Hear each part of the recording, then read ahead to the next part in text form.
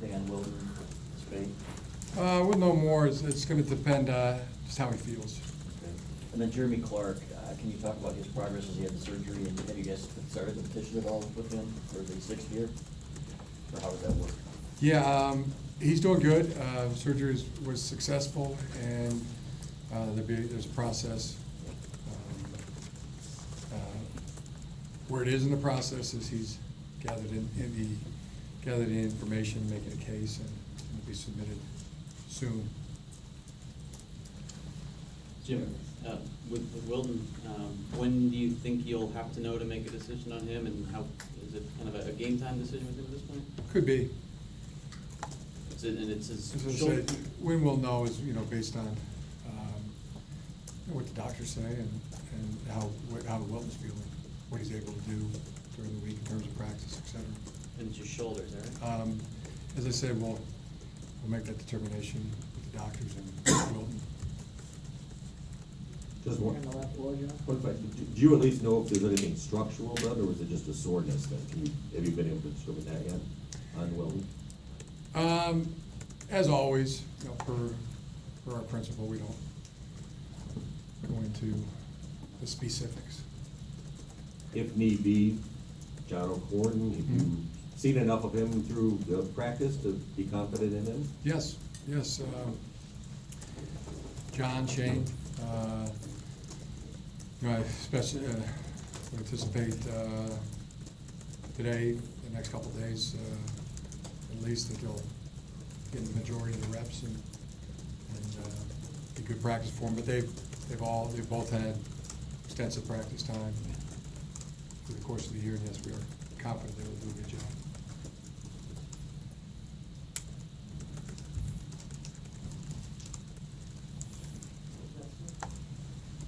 Coach, nobody likes to lose, but can it sometimes help refocus a group, knowing that you guys still control your own destiny, and get you back and maybe see a reinfused or reignited focus going into this week? Well, I really thought our focus last week and every week going into every game has been a positive. And you're right, nobody, I know for sure, can speak for ourselves, we don't like to lose either.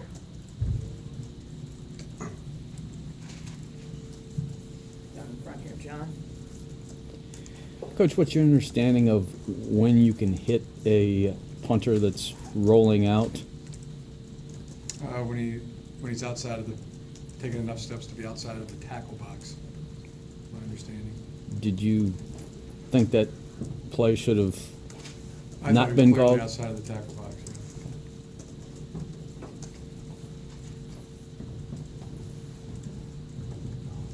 yeah. When you lose a game, it's just the first loss of the year, but when you lose a game, how do you balance? Do you look at things, changes personnel-wise, or do you view it as one tight loss and not overreact, but you don't want to underreact either? How do you deal with it?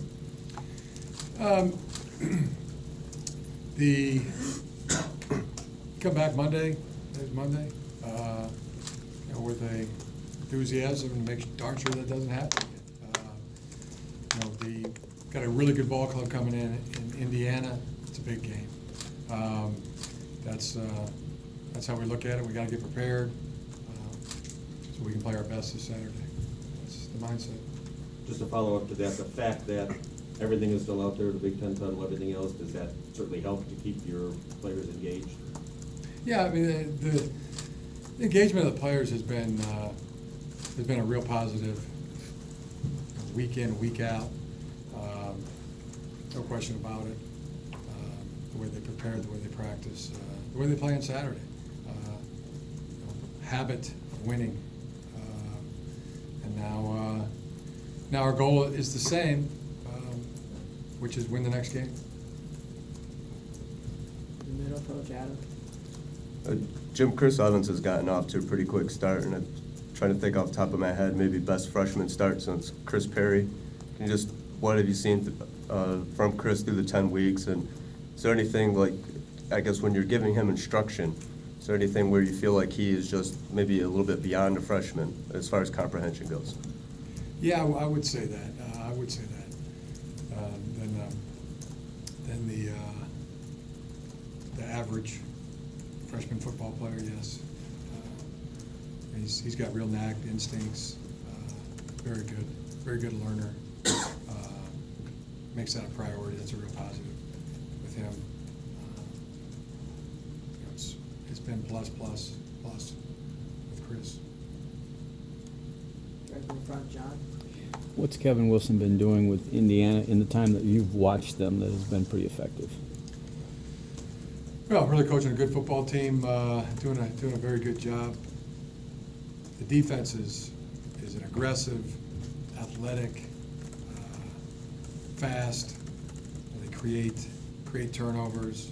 They tackle extremely well. They cover a lot of the field physically. Really good defensive linemen, active, athletic backers that do a lot of the, cause a lot of the havoc, and very good players in the secondary, and they do a good job defensively with the scheme. They are teaching a high volume of scheme to the defense. Man, blitz, zone blitz, different variations in the two deep coverages as well as the single high coverages, twists, multiple zone and blitz patterns. Just really, or they're getting a lot done on defense. Offensively, they very effective. Put a lot of points on the board, and they do a heck of a job. In front right, Mark.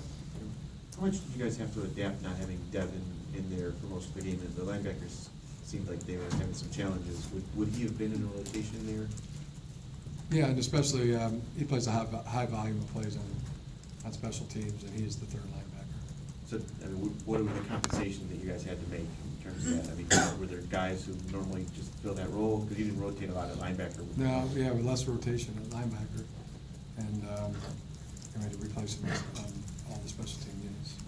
Not just one person who replaces him, it's different guys on all the different special teams. Yeah. For the most part, yes. Multiple guys. Yeah, Coach, the D-line, or it's been a strength Yeah. all year. I think it continues to be. You gotta win. You gotta win 2 out of the 3 phases in a football game to win a football game. I thought our defense won that phase. Offensively, special teams, we did not feel like we won those 2 phases. And what usually happens in a ball game, you don't win the game. But I thought the defense played winning football and really gave us a chance to win the game. And our defensive line continues to be a strength. And just one follow-up, do you think you used Jabril enough or too much, or, how do you feel about his participation on In Pat's Saturday? game? Offensively, yeah, we tried several ways to crack open the defense, to make plays, to get first downs, to score points, and